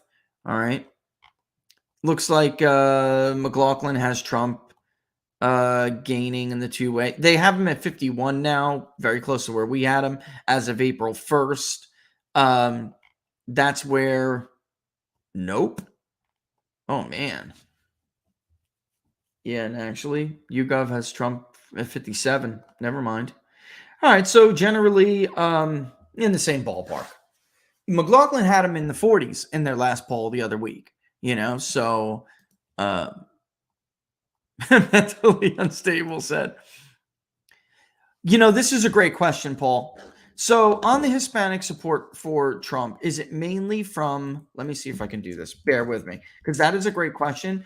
The truth is, it's not anymore. It's across the board. And even Mexican, especially Mexican men, but Mexican voters in general, because Hispanics are not monolithic. And that's a great question. Let me see if I can throw in Asian detail.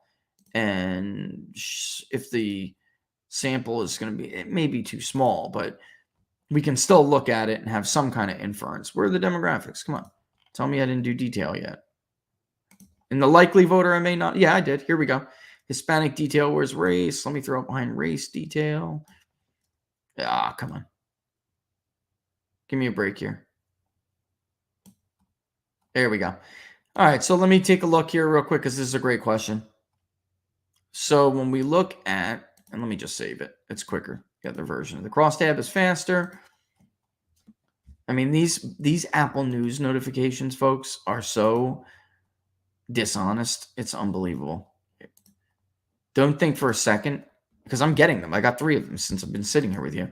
Don't think that does not have an impact, because it does.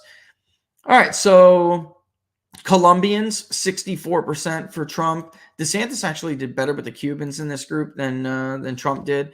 And this is only Republicans, and probably because they're regional. Peruvians, 52 for Trump. Puerto Ricans, 59 for Trump. Mexicans, 53 for Trump. Hondurans, 75 for Trump. Guatemalans, 71 for Trump. And did I say Dominicans? Or 76? I mean, some of these are very, very small. But overall, the Hispanic vote in our poll was much more Trump. It was not as much as Matt's here, because he didn't have many undecideds. We also had a bigger sample. So we have the Hispanic vote being about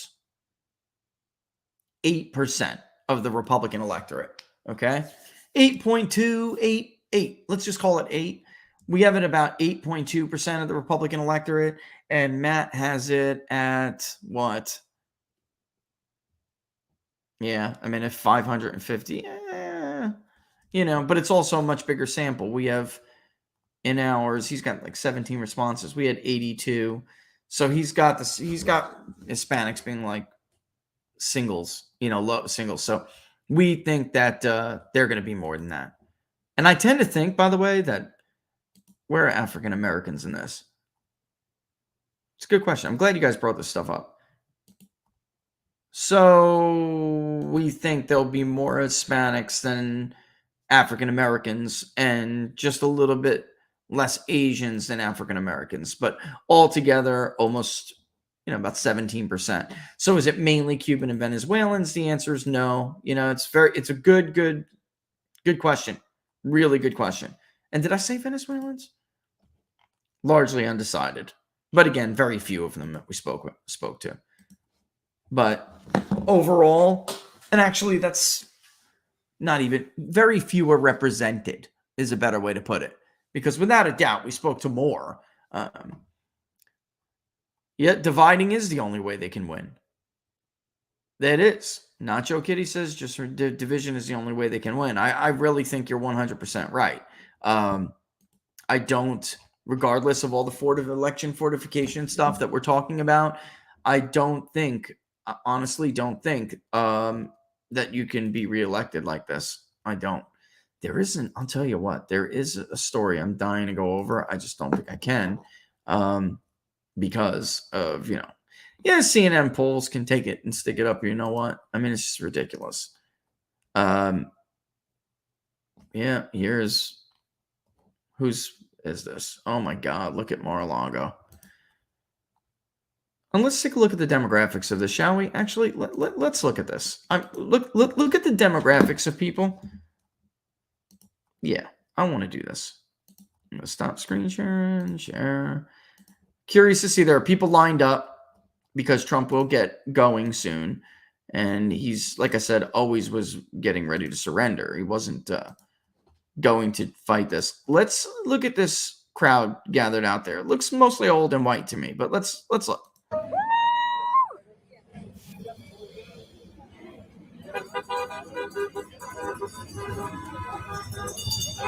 Woo! Trump 2024! Maybe not.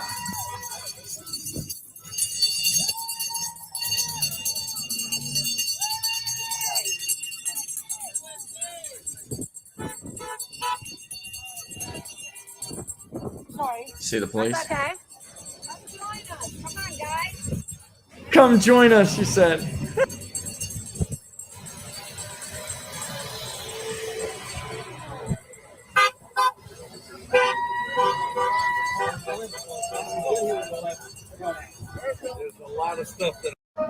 All right, so that's generally it. I would say largely, yeah. Older and whiter, it is Mar-a-Lago. I mean, that's the area.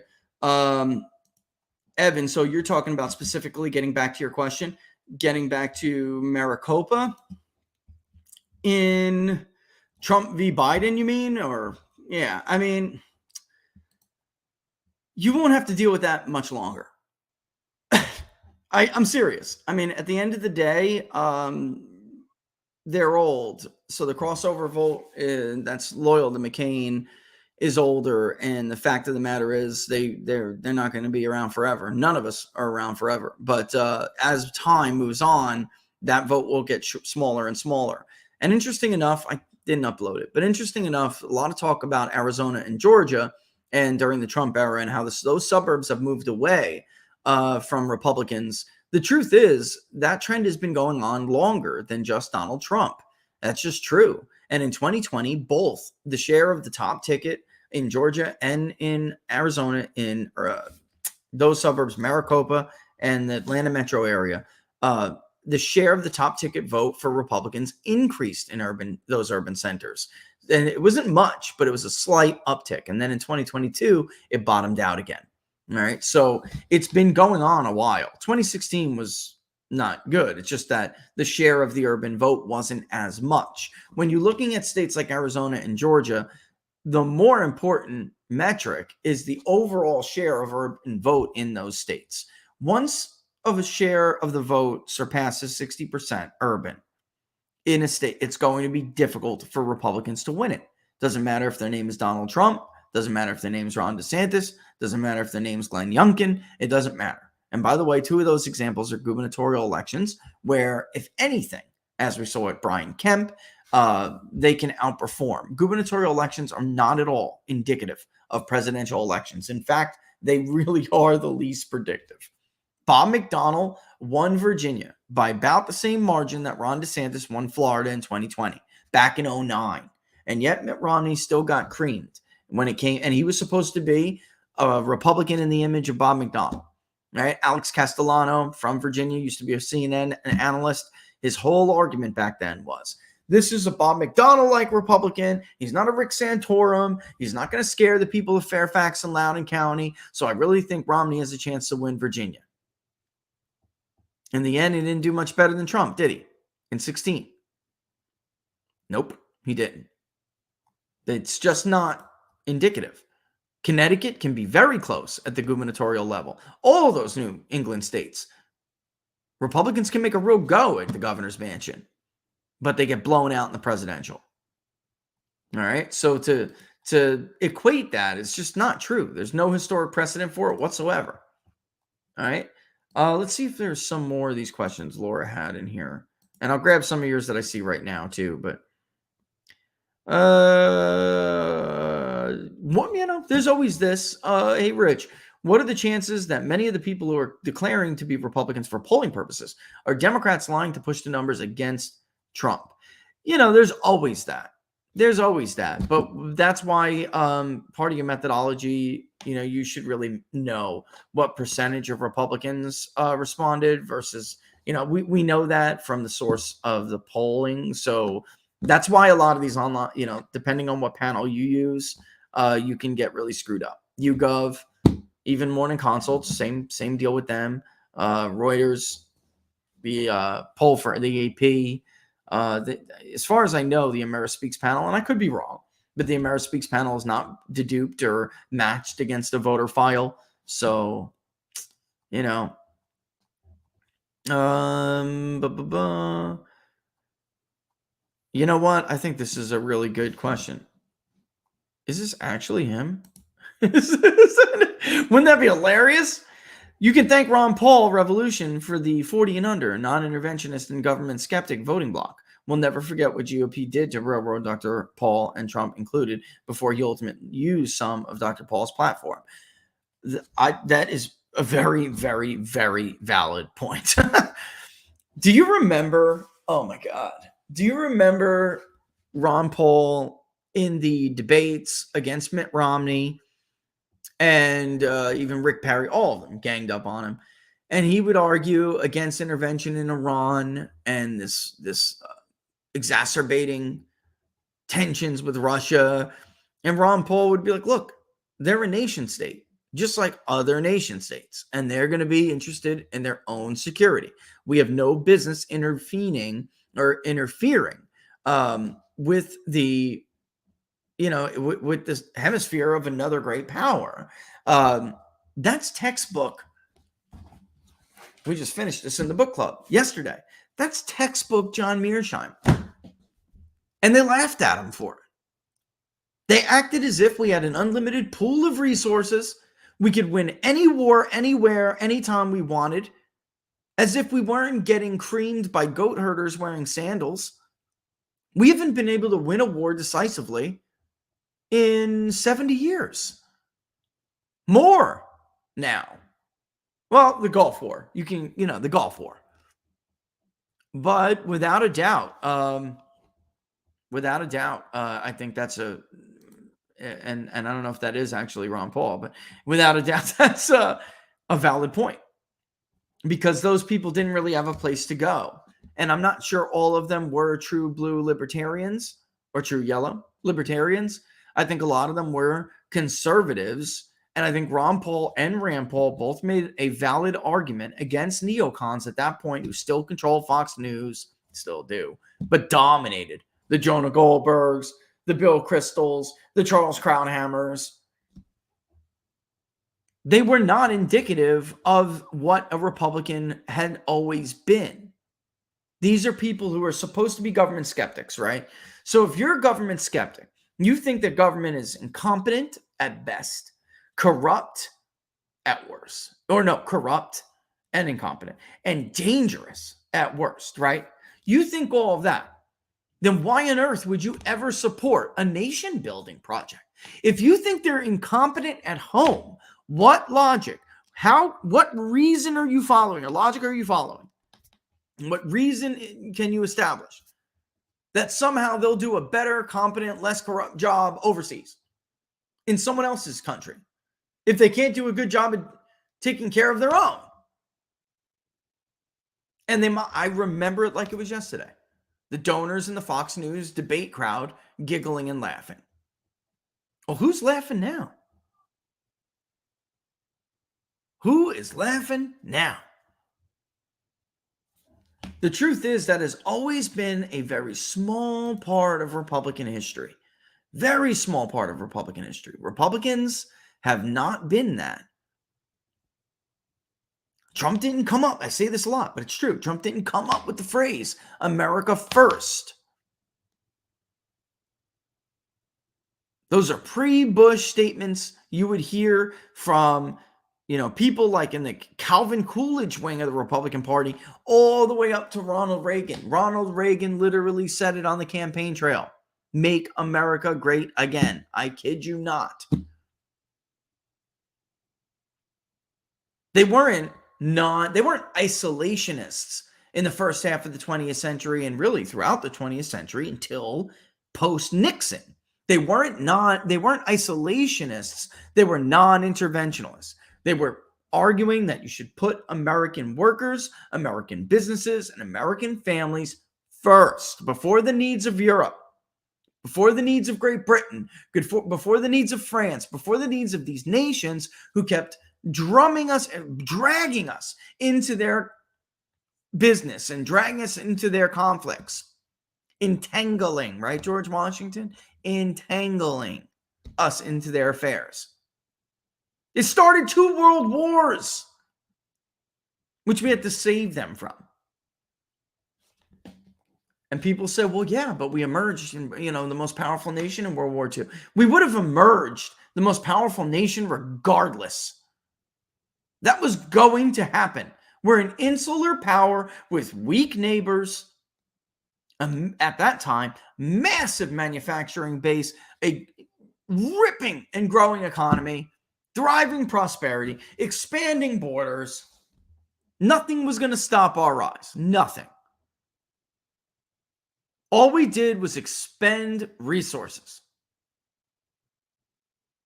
There is no way Nazi Germany was going to sail across the Atlantic and invade the United States. Pearl Harbor was a one-shot blow to the mainland from the Chinese, Imperial Japan.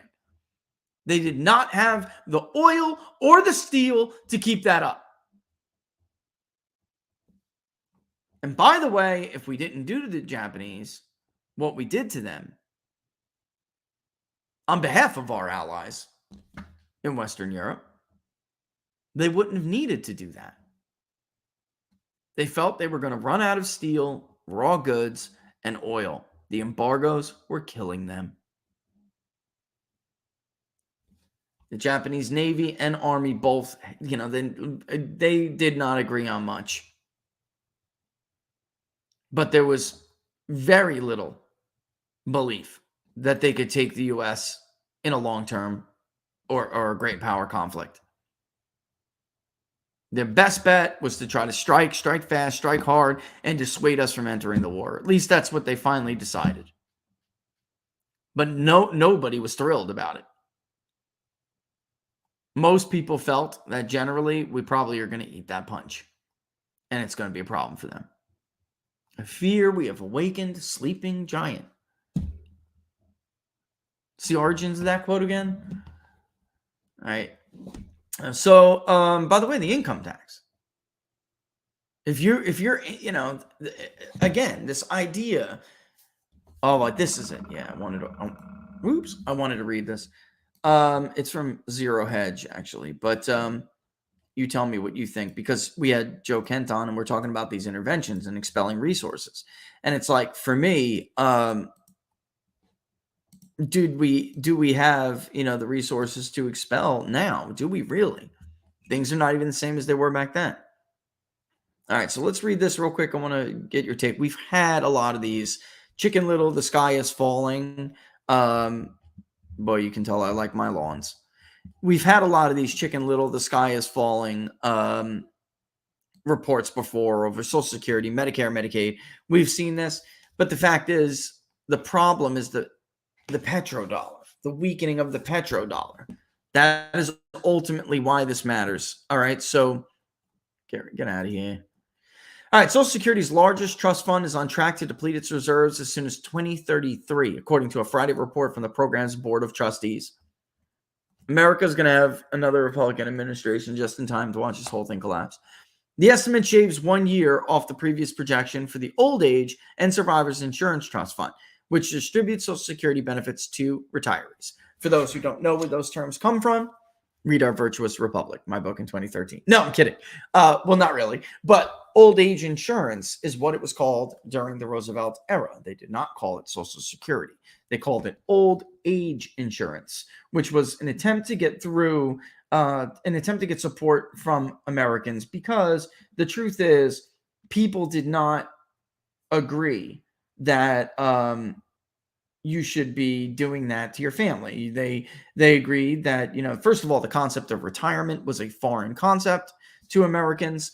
And when you got older and your parents got older, your children and you took care of them. You did not have this issue. This was not a problem. Hold on, let me just make sure we're running good here. Let me start these conversations. What is going on here? Delivery schedules. All right, so I just need to approve something that it's okay for them to call. There's different time zones, and people always need to make sure you don't go over that time zone. Okay. So, wait, what time? It's 1:30, right? 1:30. What's going on here?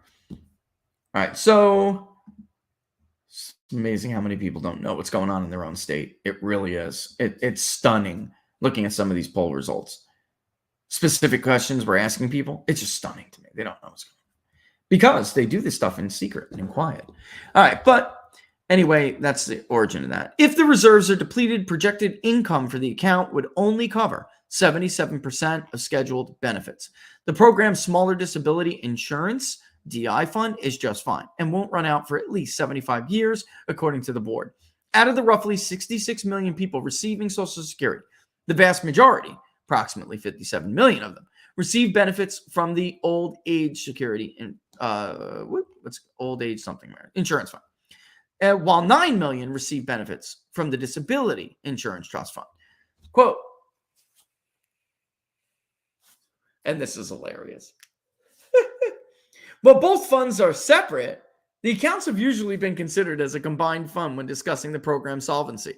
Lawmakers have also allowed inter-fund borrowing between accounts to temporarily extend solvency into the past. It's like people always ask, what on earth, what other account in the world would be allowed to do this? I mean, folks, the answer is none, obviously. This has been a bit of a Ponzi scheme for many, many years. All right. Many, many years. Unfortunately, it's just true.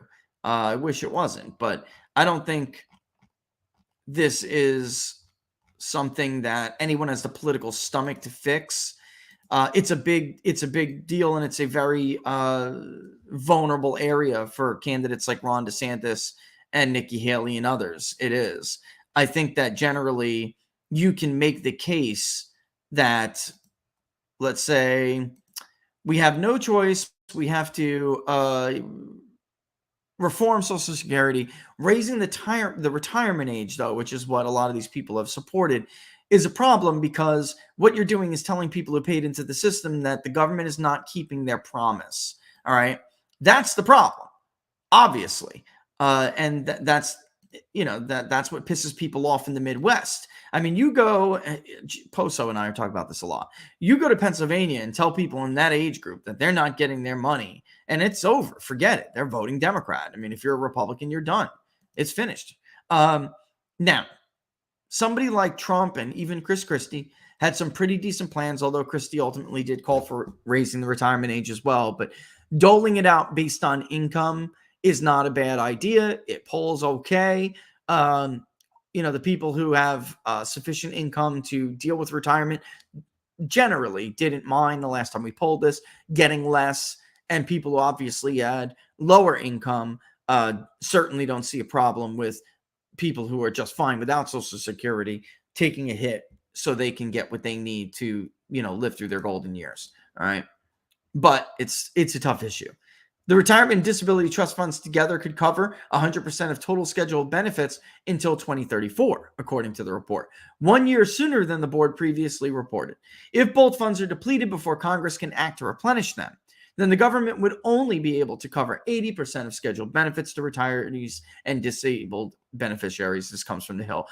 Again, they'll just say, well, we'll raise the debt ceiling and we'll fund it more. But this is, again, the major problem Joe Kent and I were talking about. Steve Cortez and I were talking about. Everybody who's come on the damn show has talked about. The petrodollar is the only thing that keeps the system afloat.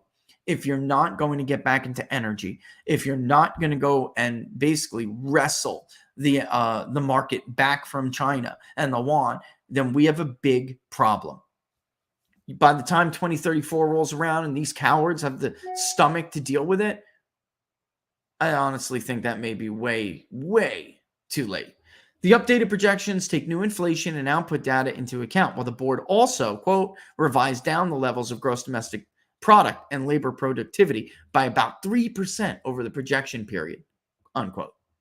The changes were largely attributed to, quote again, the shifting age distribution of the adult population, unquote. In particular, the baby boomer generation, which moved, quote, increasingly above 82 for retired worker benefits and above normal age where disability insurance benefits are no longer applicable.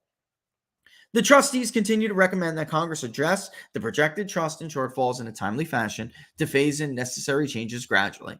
And that's acting commissioner of Social Security. The problem is with this, it's always an election year. If it's not a presidential one, it's Congress every two, whatever senators are up for it. Nobody ever has the stomach to do it. You have like a 90-day window after the president is elected to do this. 100 days. Trump's 100 days was pretty expanded. So was Biden's, by the way, because Republicans were cowards and bent over and gave him everything he wanted. But typically there's a honeymoon period of 100 days. If it's not done within that time, I just don't see how it gets done until the crisis is upon us. Why? Because what do these electeds like to do in that 100 days? Two things. Make the voters feel like they're keeping some sort of promise, one big legislative achievement. And then for the rest of the time, they're kicking back to their donors who got them where they are, with bloated omnibus bills filled with goodies for their donor class in K Street and Wall Street. Main Street gets ignored. Social Security will continue to play a critical role in the lives of 67 million beneficiaries and 180 million workers and their families during 2023. With Kajikazi, is that how you say it? With informed discussion, creative thinking, and timely legislative action, Social Security can continue to protect future generations. Well, I certainly hope so, because you made a promise to people. I think the whole damn thing's a Ponzi scheme, and I don't like the idea of old age insurance at all. You want to know where I stand on it? It's pretty simple. I've made my views very clear in the book. It was just one more attempt to weaken the Protestant ethic, to hurt the family unit. I don't care for it at all. However, it's too late. The social contract has been made. You cannot break that. I mean, you can. It's not great how it's going to end up. I got this clip while we were doing that. I got this clip I want to show you from Timcast because, first, for posterity, everybody is showing this drive is really coming from women, which is astonishing. Yeah, Trump's carrying men, but that's not what's doing it. And especially in his strength against Biden, after the movie, we'll come back and we'll look at it, it's women. Interesting, right? Considering everything we've been told. This is one of the groups that throws the highest signal for social bias.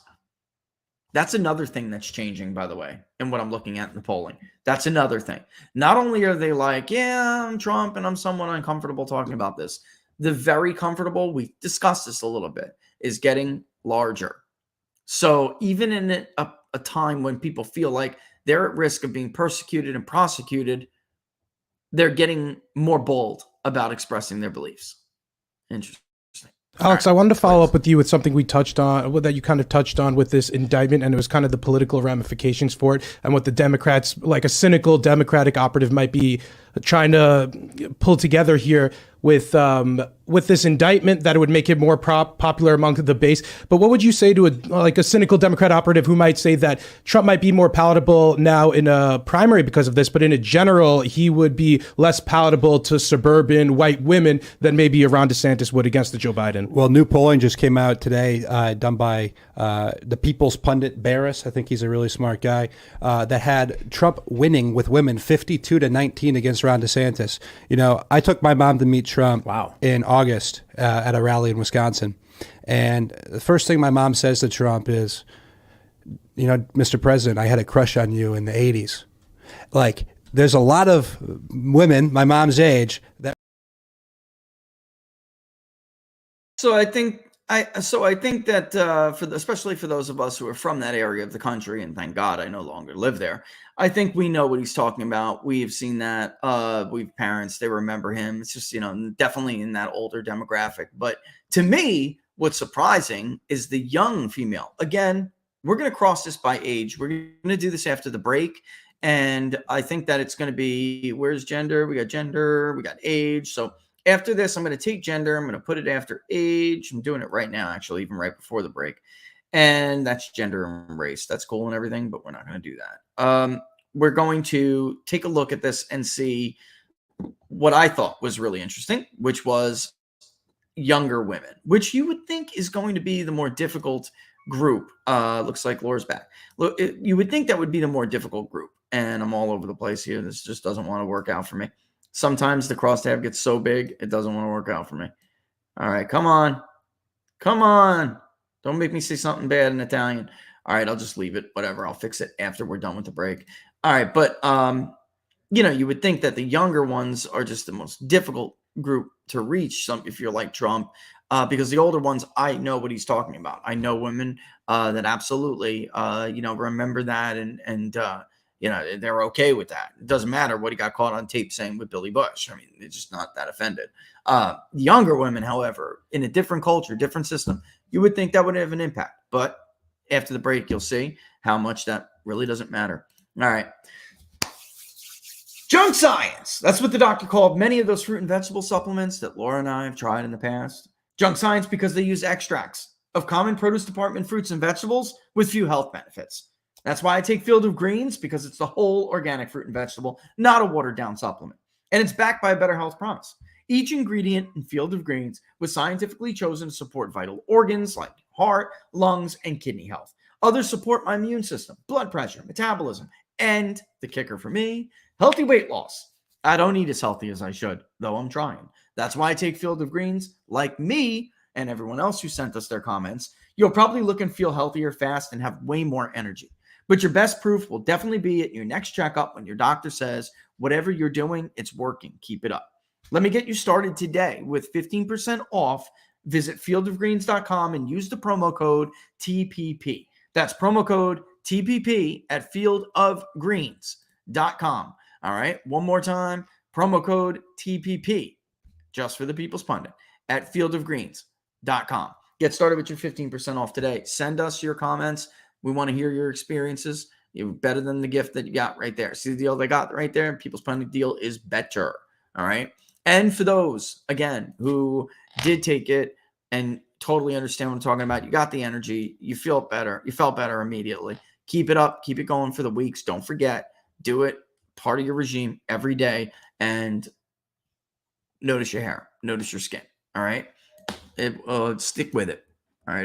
That's a problem with a lot of diet stuff and a lot of healthy living stuff. People just don't like to stick with it. It's tough. You forget. You get busy. Make it part of your regimen. All right. All right. So where are we going after this? Whoops. Sorry about that. My bad. We're going here. We're going to the likely voter crosstab. This is the other one. And like I said, there'll be a new one here in a couple of days. But this is what we saw because it's interesting to see. Where is it? What happened? Gender, age specific by gender. All right, so I nested this. Although I do want to fix race and Hispanic. You know what? If I just get rid of Hispanic detail, I'll fix it. There we go. Saving it. It's up. Bang. Let's put it up on the screen. It's going to be pretty big. All right, so go to the Republican nomination, and then we'll go to the what happened here? Come on, you're killing me. Did I just remove it? Why isn't it nested? Nest. Bear with me, folks. I'm going to get this. Create value range. Oh, okay. Because I did age specific. It's literally whether or not you're 41, like me, or whether or not you're 22. Should have been age detail. Okay. All right. Now, of course, now it wants to do it. There we go. And locals, I'll put this up for you as well. And YouTubers, I'll put it in the community section. Okay. All right. Let's share it again. All right. Republican nomination. I want to look at the Democrat too. Age detail by gender. All right. So you do see that there are the 50 to 64 group with females that is extremely high for Trump. Also the 40 to 49 prime working age people. But look at 25 to 29. Male 52.7, female 50.4, 18 to 24, women are slightly higher. It's still interesting to me. 30 to 39, it's much more favorable among women for Trump than it is among men. That's just, to me, pretty interesting. And then there's that age group he was talking about on Timcast, right? And above, by the way. But even 75 pluses doing better. Trump doing better with women, 65 to 74. An age group, by the way, DeSantis is like just 1 point. If we round, DeSantis actually leads among men that are 65 to 74 by 1 point. All right. But getting crushed by Trump with females that are 50 to 64. Very, very interesting. All right. Let's look at the Democratic nomination, shall we? All right. Biden. Doing better with females 18 to 24, doing better with men 25 to 29, doing better with females 30 to 39, doing better with men 40 to 49. And I'm doing detail here, not the other age group category. It's more consolidated. There are two ways exit polls show. That's our age detail is the first one. And then we have age, which is grouped, and that would be 18 to 29, 30 to 44, 45 to 64, 65 plus. Those are the two ways exit polls show it. That's why I always do it that way, so we keep it consistent. And when you're looking at exit polls, you can see how close, generally, because exit polls aren't perfect, but generally how it is. The 75 plus, Biden doing better with females than men. 65 to 74, he's doing better with men than females. 50 to 64, it's not even close, 2 to 1 men. All right. 40 to 49, doing better with men. I got to tell you, I think I see a weakness here for Joe Biden with women. I do. Michelle Obama getting very respectable shares of young women. Very respectable shares in the 50 to 64 among women. 65 plus as well. Well, Bernie just doesn't have the juice he used to have, but it is early. It is early. Bernie did much better with some of these younger women, and yet even men. This is interesting to me. This is different than 2020. It is. Forget about 2016. It's much different, but it's early. I think there are some people Bernie lost and lost forever. I do. Kamala Harris has no older vote support. Almost nothing. Very weak among older voters. Pete Buttigieg, better among older voters than he is among younger voters. That was his problem the first time around. Nobody took him seriously. Younger voters didn't take him seriously. Older voters did, only because they were looking for somewhere other than Joe Biden to go. They wanted somebody new. They wanted somebody fresh. They didn't like the Joe Biden, Yeah, Bernie's a party man. Absolutely, guys. Absolutely. What else we got? Let's see if we can grab some from locals. Most are just comments. Questions and locals, throw them in the chat. All right, before we run out of time, we're getting very, very, very close. TMZ reporting Cory Booker has been dating a trans woman. Is that for real? Are you serious? Although I wouldn't be surprised. I wouldn't be surprised. That's gonna start. You're gonna start seeing stuff like that. I don't know what else to tell you. That's gonna happen. Oh my Lord. Rumble. Apparently, there's your nominee. Someone said, you can't be serious with that. I'm going to look this up. If you're busting my chops over this.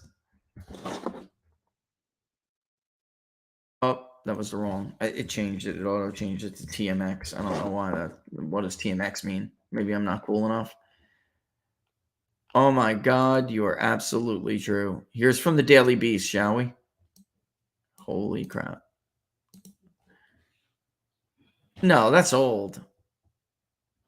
Are you? I mean, you can't be serious here. You got to be joking. You got to be pulling my chain here. I wouldn't be surprised though. I just wouldn't. We're running around, just so you know. Okay, that's cool. That's cool. I said, what's up? Laura says, "What's up, everybody? What's up?" Yeah, she's been running around with like a chicken with her head cut off, doing the mom thing. That's just the way it is. Believe me. There's some parts of the day where you'd rather wish. I thought he was dating Rosario Dawson as well. Somebody's pulling my chain. That's what I thought as well. Let's see what else here. While we're on the age and gender thing, let's do Biden v. Trump. Let's take a look at this.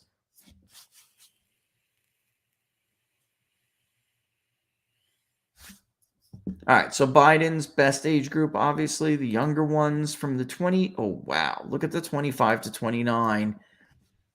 Trump's holding his own with women there and doing very well with men. All right. Meanwhile, Joe Biden's doing much better with men 30 to 39, yet losing the women. See, there is something going on here. We are not the only ones finding this. The 40 to 49, big age group, they're about even with men. It's women who are going for Trump. In the 50 to 64, both men and women are going for Trump. 65 to 74, same situation. Let's see if there's much of a difference with Biden versus DeSantis. And I'm very curious to see that 40 to 49. Yeah, see? Biden carries the 40 to 49 female against DeSantis. And the male, by the way. Don't tell me that's not significant. Don't tell me that that is not significant. We're not talking about particularly small sample sizes here. That is significant to me. There are just some voters. It's not about whether or not they know somebody well enough. That's not what's going on here. That's not what's happening. What's happening is they just prefer one over the other. Huh. Very, very interesting. Very, very interesting. What else can we infer from this? 75 plus. Yeah, DeSantis is doing better with men than he is with women. That doesn't surprise me in that age group.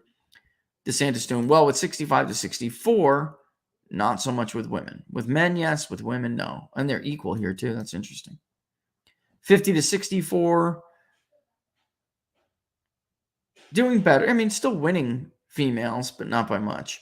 40 to 49 is the key here. And so is 30 to 39. Let's go back here again. And that's 44 to 28. Let's just call it that. And with Biden, it's 44 to 41. Among women, 30 to 39. Yeah. And then younger, what's the 25 to 29 female doing against DeSantis? Joe Biden is carrying that voter. Yeah. That's... Don't tell me that is not significant. It is. Now, what's good for DeSantis, and this is why I was going here, although I'm not sure the impact of voter enthusiasm matters as much. I think Nacho Kitty is right. I think that Nacho Kitty is right. I think it's the anti-war. I do. I do. I don't know what else it could be other than that. Somebody said the baby formula shortage and inflation they see every time they go shopping. Then why aren't they backing DeSantis as much? Paul, maybe because DeSantis doesn't have a national economic record. Maybe. That's a good. It's possible. I'm sure there are some who are thinking about economics. I don't doubt that at all, Paul. Ashwin, this is a great question. Is Trump winning groups that he lost in 2020 but won in 2016 when it comes to a Biden matchup? If so, why has he won them back? That there's Matt Towery was just talking about that senior vote, the 65 plus. There's definitely movement back to Trump among that group. I think that probably has to do with COVID. COVID hurt Trump with that voter. Look, honestly, they killed a lot of them. COVID killed a lot of Trump's voters. That's just true. That is just true. I'm not saying that to be callous. It's true. And then I'm not, outside of that, maybe, there's some suburban women in there that we can definitely assume are coming back. But I really think what's going on is that the newer vote, there's always a certain percentage of new vote is a Trump vote, which is astonishing. It's always a Democratic vote. And Republicans are hoping that demographics, as people get older, they get more conservative and vote for them. That's usually the Republican Hail Mary.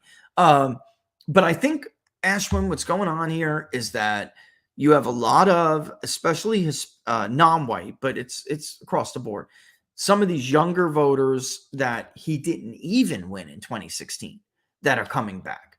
And they're the 18 to 29 crowd that is now prime working age 8 years later, right? So now they're in the 30 to 39, and maybe even the more liberal 30 to 39s. They were, because if you look at the exit polls against Hillary, and actually let's look at that. 2016 national exit polls. Let's look at that, even though a lot of them don't work anymore. I kid you not. A lot of them are broken. People just don't care about, like CNN. Look at CNN. Their exit polls are just gone. ABC results. ABC News. I don't need where's Edison? Can we get just Edison? Or are they just going to give us states? Looks like they're just going to give us states. There's ABC. There's CNN. Maybe NBC usually has their stuff up for a while. Oh, come on. These are reports. They're pitching their reports. That's kind of ridiculous. Fox, you got your exit polls up still, Fox? This is 2022, for crying out loud. My God. This is ridiculous. I told you, a lot of times their exit poll archives are deleted. And you need Roper to get them. I know the New York Times has them probably, but they're not particularly detailed. Yeah, this is just, for some reason, Fox is redirecting it to 2022. Beyond the numbers, the national election polls, P 2016. ABC, you still have yours, or is it just an analysis?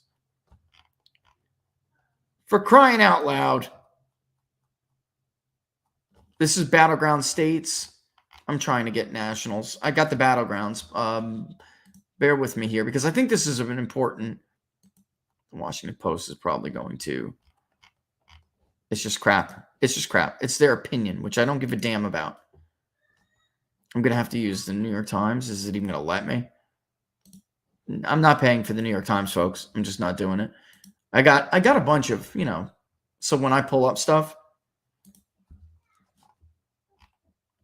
man, doesn't look like Politico did it either, but let's see if I can pull out of their thing by age. Roper, because this happened, I finally gave in and went to do the election poll thing from Roper. There's how they voted, and so here we go. My man, no, I'm looking for ages. Because I know Hillary did very well among 30 to 39. She did. And then so did Biden, although it does depend on the state. Trump won, like in Iowa and Ohio, he won every age group. Yeah, maybe will Roper even let me in here at this point? We'll see. All right, so here we go. This is good enough for me. Let's stop that screen share. Let's get the other one. As you'll see in here against Hillary. So here's age, and they only break it down. You can see Clinton won 30 to 44. No thanks. Clinton won the 30 to 44 by 51 to 25. Well, that's a totally different ball game now. If I go to just the age group, and by the way, our polling showed very, very similar to that. Right now, it is Biden +1. I mean, see the big. I mean, it's a big difference. Trump won, obviously, older voters 52 to 45, and that's getting Trump right now has a 6 to 8 point lead on that. So, close 7, 8, and 65 and older. Yeah, I mean, some of this is a little bit weird. No, this can't. That's a group. Sorry, that's their percentage. Thank you. I'm like looking at this and something's wrong. So she won the 30 to 44 by 10 points. That is only +1 Democrat now. 18 to 29 was about 20 points. That is only a +2 Democrat now. So I think some of these voters, he's just by income. If you really look at income too, this is a big deal for me. Some of these voters never were Trump voters, despite what, we talked about with his coalition quite a bit. The less than 50,000, Clinton won 53 to 36, okay? 53 to 41. And right now, Trump is winning 50,000 and below is 5 plus 9, 4, Trump +14, under 30,000, which is where Hillary Clinton and Joe Biden both got their margins from, is now Trump +6, the underclass. That's totally different. 200,000 or more, they have 100,000 or over. They had tied. All right, we have it. I didn't nest them together, but it wouldn't matter anyway because 100 to 200 is Trump +3. 200 or more is a smaller group, and that's Biden +20. So it probably would be roughly close to even, but Biden, would be ahead. He's ahead in the 200,000 or more. The 50 to 100,000, all right, is Trump 49, Clinton 46. All right, here now it's Trump +12. So just some of these groups that we talked about a lot, this is wrong. I'm telling you right now, this is wrong. The crossover is just wrong. Trump is winning. I'm curious to see what this is. Let's see right now. By ideology. So by ideology, Trump is at 73% with conservatives. Joe Biden is at 10% with the undecided. So rest assured, I mean, I think it's pretty safe to say that this is only among two-party vote, by the way. I think it's pretty safe to say that he's going to hit or exceed that mark. The moderate was Hillary +8. That still remains a problem for Republicans. It's 44 to 31 with 12% undecided, 13% third party, and I'm not removing the third party out of this. Now on liberal side, Biden's at 71 compared to Clinton's 84, and Trump is at 18 compared to his 10 in 2016. So, yeah, I mean, it's a lot of interesting stuff. Again, though, this is two-party vote share, and they removed, the third-party vote out of the equation. But I think really, again, what's going on, income tells the story, Ashwin, that to me is a big deal. That, there are just some groups, especially the underclass. Trump did better with 100,000 or above than people kind of really acknowledged, and didn't do as well with underclass voters, considering he was the working class candidate. I always said this, and I said you really have to zoom in on education and income in order to really understand where that's coming from with Trump's working base, and then you'll get a better picture of it. Now he has, as CNN lamented before, Steve Bannon played that segment before I came on to talk about the numbers.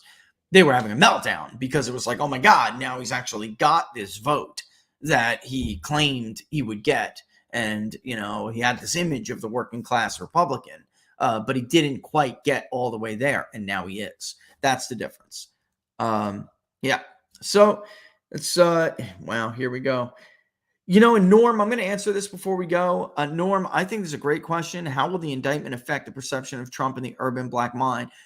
It's hard. I'm a white guy. So I hate to try to like step in the shoes of an urban black male, but I think Jason Whitlock did that really well the other day, didn't he? Nobody knows what it's like to be persecuted more than an urban black man. Can we get real? So, if you make them feel like the man is out to get Trump, just like the man is out to get them, then you're potentially drawing a connection here. Trump is by far doing better among black voters than any other Republican candidate. Double Ron DeSantis' vote. Double. So I can't dismiss that there's something to that. I can't. And Jason Whitlock said himself, I never even voted. Never even voted before. And I'm going to vote now. I threw a MAGA hat on during Tucker. I think that's real. That's probably going to really bear out. Again, and it's early. We'll have to see. We'll keep it up. But there you have it. Tuesday, tomorrow night, I will give you the exact time depending on who we got coming on tomorrow. But don't forget, Wisconsin Supreme Court coverage. If you're not a YouTube member and you're watching on YouTube, consider supporting it or consider signing up. You can get the basic for the event. All right. And I'm going to make it basic and above. All right. Anything that is a follow-up will be above that. All right. Locals, if you're on it, you're just going to get it. All right. So just remember that. Maybe we'll do the lead up for everyone and then, kind of cut to another. I don't know. We'll see what Laura thinks. And, we'll have the maps where anybody can access them. We'll have them up probably by the end of today, but they'll, maybe I won't share it until tomorrow. So just keep your eye on whatever feed you follow. Locals, if I'll post it on the community page on YouTube. I'll definitely put them on Twitter and Getter as well. All right. But just keep an eye on whatever, vehicle you use to follow us, and we will see you then. All right. I'm sure you're going to do your best to get there. All right. But it will be the best place to follow the Supreme Court race. All right. We're going to give you benchmarks, basically. Here's where, Kelly even needs to perform by this amount in this area. And if he's excelling in this area, then it may be able to offset underperforming in this area. That's how we roll when it comes to election coverage. Right. So don't miss it tomorrow. Numbers. Yeah. Like actual numbers. That you don't fudge. Like inside the numbers, All right, folks, we'll see you tomorrow. All right, don't miss it. And deuces, there she is. All the best, folks. See you soon. Thanks for watching.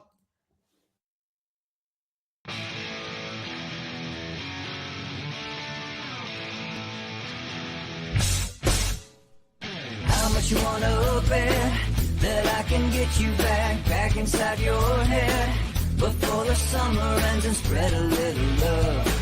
Just for a little fun, I'll make you come back to me before the rise of every sun.